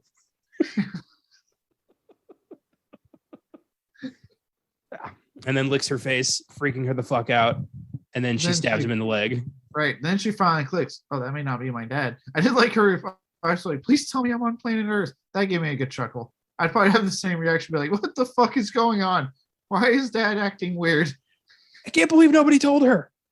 I mean, a little, I guess there wasn't a lot of time, but during the freaking fiasco, Eve could have said like, hey, face transplant. Right. Hey, the guy the one that looks like not your dad, he's your dad. Oh, I love the boat chase. Boat chase was awesome. Apparently that was recycled from, I think it was Hard Target. Wu really wanted to do a boat chase, but he didn't have the budget on that movie. But he had the budget for Face Off, so he's like, boat chase. Do my boat chase, god damn it. Yeah. And yeah, Troy gets it with a fucking harpoon gun after he tries to cut his own face off just cause. How dark. I love it. How psychotic. Also, I just point, he just killed a random civilian to get to his boat. No, unprompted. Just killed a guy. I was like, you could have just pushed him to the water. You didn't have to, you shot the shit out of him though. Also, one phone call from his wife, and suddenly the entire FBI accepts this crazy theory. Yeah, I love that. Like, and then like they make it seem like it was both the phone call and just the hint that like they had a feeling. You know what I mean? Like they're like, we always thought something was off, boss. It's like, did you think something was off? Seemed like you really enjoyed funny office Archer over like guilty, angry Archer. It seems you guys are having the time of your life. I do love that surgeon is just like, I'm the best surgeon in the world. You're gonna be fine.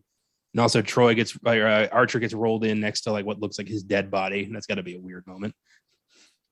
Oh yeah. And then he comes home with a new kid and he's like, hey, he's family now. Is everyone okay with that? I'm immediately okay with it. I will say, I did enjoy. I had like that weird sense of relief with him when they were like, "Hey, boss," and he's like, or "Hey, sir," and he's like, "What'd you just call me?" I was like, "Oh, thank God." I was like, "Oh, thank you, thank you, thank you." It did feel good. It's like, oh, good. We're all on the same page now. Yeah. Oh, he's going to do that. I do think it's weird that he didn't consult his wife before bringing home a new kid. It part's weird. Like, hey, here's this is not me clearly trying to now make up the hole left in my heart over our dead son or anything. But here's a kid that's probably the same exact age as our dead son was. Good news, honey. I found a toddler-shaped puzzle piece for that hole in my heart. His name is Adam, but I'm going to call him Michael. Because you haven't touched me in 2 months, but you fuck Castor immediately. Oh my God. This movie ends with a fade out, like massive argument. Right? So I'm not putting a baby in you right now. So here we go. I found one. Oh my God. What if Troy did though? Oh my God. You telling me he wraps it up? Bullshit. Clearly not. He raw dogs everything he touches. Yeah, he does. Yeah. And if anything, if any time he was gonna go in, uncloaked, it would be with Archer's wife. Yeah, uncloaked, and there was no way in hell he was pulling out. Oh no, it's staying in the duration. Jesus, she's pregnant. I will say this: I don't know if I was riding the emotional high because like how I watched this today was I watched what I could, and then went to go see Everything Everywhere All at Once, and then finish it when I got home.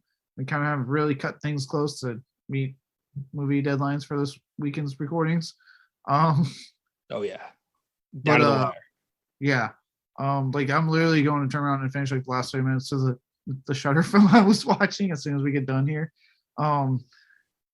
And then all I got left is Netflix movie. But anyway, I don't know if I was riding the emotional high that I was of everything because for those of you who haven't seen it, it gets fucking emotional at the end. Even I was sitting there going like, "Oh God damn it!" Like. Who put onions in this theater? Not me, not today. And I don't know if I was riding that high of that whole thing, but then I was watching this going, oh God damn it, why is this getting me right now?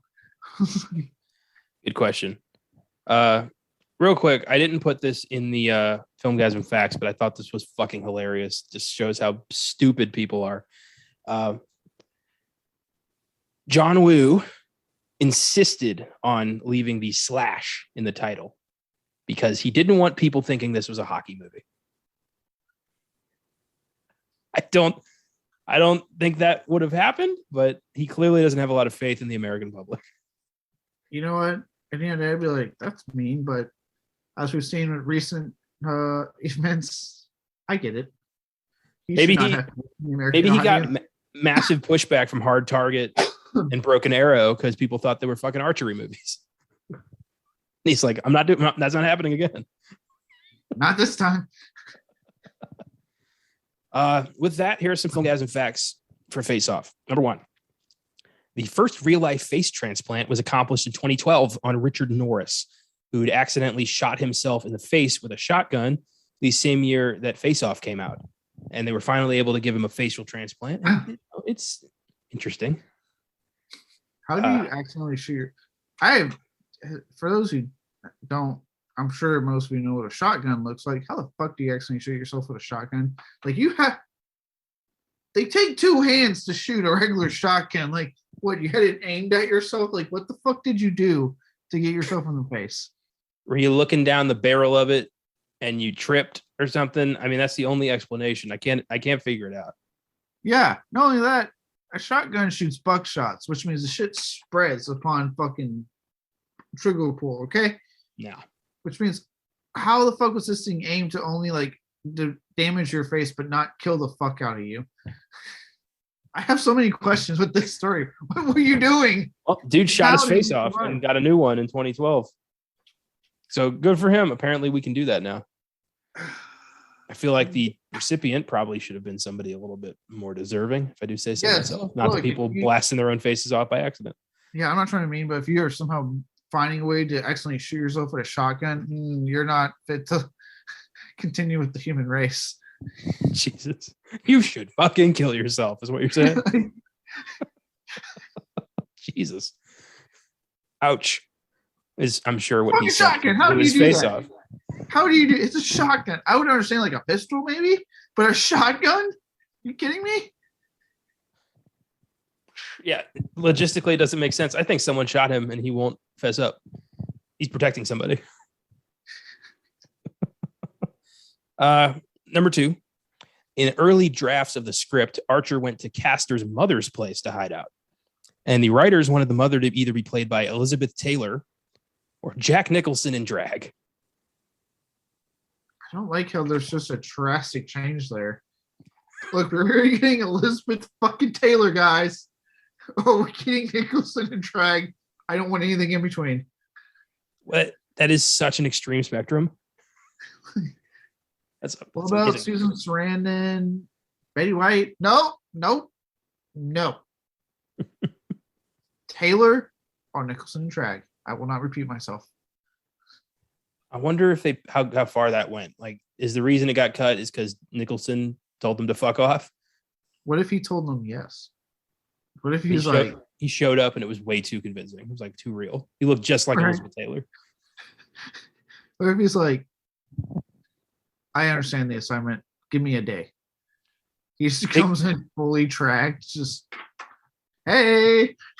They go to his house. He's already in drag before the pitch. And they're just like, no, okay, good. Never mind, Mr. Nicholson. Sorry to bother you. I heard rumors that you guys wanted me in drag for your movie. Or however he says it with the eyes constantly, moving. I can't do Jack eyebrows, but I'm trying to I can't do it. And number 3, the thing I was talking about earlier, in the narrative behind Castor Troy being Adam's father, Castor Troy had a threesome with Sasha and Dietrich, and Adam was conceived. So it's not necessarily his kid. Why is there so much incest? 7-year-old with the 90s little boy haircut could possibly be Dietrich's kid.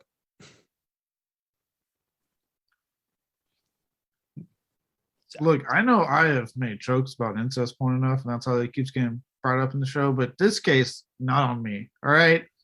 This film has a whole fucking plotline with a character that he's pissed at Castor for fucking his mom and sister at the same time. And now you're telling me there's a fan theory where a brother and sister like were involved in a threesome with Castor. It's not a fan theory. It's background information on the characters. Like it's part of the, yeah. This happened in the narrative of this film. Which means that means he was inside his sister. Oh. If that kid suddenly starts, developing like a hair lip or some weird medical condition, it's not Castor's kid. It means he pumped to completion inside his sister. Oh. Or he pumped into completion inside of Castor. I mean, we don't know how this threesome went. He really liked Castor Troy. I don't think Castor Troy liked him like that, though. I don't know. I read it also in the original script. Castor and Archer were lovers, and that's why they're so hating each other, because Archer would refuse to let the relationship be public. So, yeah, this was the first draft. Yeah, but in the final draft, there was no hint of Castor being into dudes like that. I feel like you do that many drugs, you don't care what's fucking you or what you're fucking. And look, if they're saying that may not be his kid, but the bro's kid, that means the threesome that was involved, which all penetration was being done to her by 2 dicks, one of those dicks belonging to her own brother. Castor Troy doesn't fuck unless there is at least 2 not his family members involved. That's his kink. Apparently, Castor is all about threesomes as long as the two people involved are related and are clearly willing to pleasure each other regardless of their blood relation. And someone sucking his tongue. Okay, we've gone to a weird place. This is weird. I don't like how this is a back. Why couldn't it have just been Castor's kid? God damn it. I don't know. With all that, Here's what Hollywood and inside. Like, look, first we have a dude that's just being a fucking idiot and finding a way to shoot himself with a shotgun by mistake. That wasn't Hollywood. That's real life. I know. That's what I'm saying. That's life. And then you move it to Hollywood that's apparently just like love and incest, which tells me that apparently Pornhub and porn in general just went, oh, that's what Hollywood likes? And no one's saying anything about it? Yeah, we'll just make a fucking thing out of it. And what's weird is that they weren't fucking wrong in doing that in porn because it's like consistently one of the most looked up fucking things. Dude, Game of Thrones was like the biggest TV show on the planet, and people were upset that Jon Snow and Daenerys weren't hooking up that much, but they're, even though they were related. So like in fiction, people don't seem to care. They say in fiction, but that tells me how many cousin, aunt, uncle fuckers are out there. What's going on? What is going? I don't know. I can truthfully say, and I know you probably feel the same. I know you feel the same way. I haven't looked at any of my fucking family members and been like, I can't wait to get alone time. No, not one bit. Not at all. Never fucking thought that. I love that you started to like, I'm sure you feel this. No, wait, I know you feel the same. Like you were a little bit like, I don't know, but then you committed to no way. Yeah, no, I will not accept. Jesus Christ. No, I don't. I do not. I have never. But apparently there's a lot of people out there. And the guy who wrote Face Off might be one of them. Apparently. Jesus Christ. Despite all that crazy shit. Guys, just real quick before we move on. Yeah. There's plenty of fish in the sea that you're not related to for the love of Christ. Jesus. I just thought of a great counter argument that they would use. I'm not saying this, but I feel like they would say, but the fishing's sweetest in your own pond or some shit like that. Oh, God. Oh, yeah. All right, let's move on. You know what's funny? Next week, there's probably some of this as well. What do you mean? What do you mean? Which movie are you alluding to? I mean, his like weird thing with his grandma. We'll get to it. I'll explain it in a minute. Okay. I give Face Off a 9. It's a near perfect action thriller. Both Cage and Travolta are in top form. It's in both of their top tiers in terms of their filmography. It's a great movie. I'll probably back that 9. It's probably, I think the only thing holding back is because I saw it so late in life. But this is a goddamn, yeah, you know what? I'll give it a 9. It's a 9. This is just a great Cage film, a great Travolta film. And what was probably, I think at that time, his third career resurgence, second, I don't know, I'm losing track. 10th career resurgence, who knows? That was the second. After it was Pulp Fiction brought him back the first time. Then I don't know what brought him back after Battlefield Earth. I don't know. I don't know. And he was actually getting good work at this time. Yes, he but was. Great, it's a great action film. John Rue really shows why he's still one of the greatest action directors living. World will be a less happy place when he is gone. The dude just knows how to film action, and yeah, this is a great fucking movie. If you're looking for good American action, like post 80s, the decade, this is a film to show someone. Oh yeah. Well, thank you for listening, everyone, even though this one got weird. If you like what we do, feel free to... It's not like we're trying to bring up incest. The film literally did it for us. Feel free to follow us on our socials, Facebook, Instagram, and Twitter at Filmgazm Productions. You can send us, feedback messages, suggestions, and you can always email us at filmgazm@gmail.com for that as well. Check out the website, filmgazm.com, for reviews, articles, trailers, episodes of all of our shows. And if you want to support us on Anchor, click on support this podcast and send us a donation. We appreciate it very much. Next week is another random draw from the book. and is a nice serial killer prequel with a loaded cast. Years before he helped FBI agent Clarice Starling take down Buffalo Bill, Hannibal Lecter was caught by FBI agent Will Graham, who needed his help to take down a vicious monster called the Tooth Fairy. In the surprisingly good prequel to The Silence of the Lambs, we're tackling 2002's Red Dragon next week. Can't wait. This one really freaked me out when I was a kid. And Francis Dollarhide was weirdly abused by his grandma. I'm sure shit got weird. With that kind of upbringing, I'm sure there was something. God damn it. They're still Threatened to cut his dick off if he wet the bed. That's not normal behavior. Wow. Yeah. I'm terrified. Especially at some point you're going to hit puberty, and then another kind of thing happens to some guys that can't contain themselves when they sleep. I'm sure wet the bed was an all-encompassing statement for her. Anyway, more on that next week. More on wet dreams and serial killing grandma weird shit next week. God damn it. Don't miss Nicolas Cage's Next on Fridays Beyond the Bad, Robert Eggers' The Lighthouse on Oscar Sunday, and a twofer on The Northman and The Unbearable Weight of Massive Talent on Monday's sneak preview. Until then, don't swap faces with a psychotic terrorist and keep watching movies.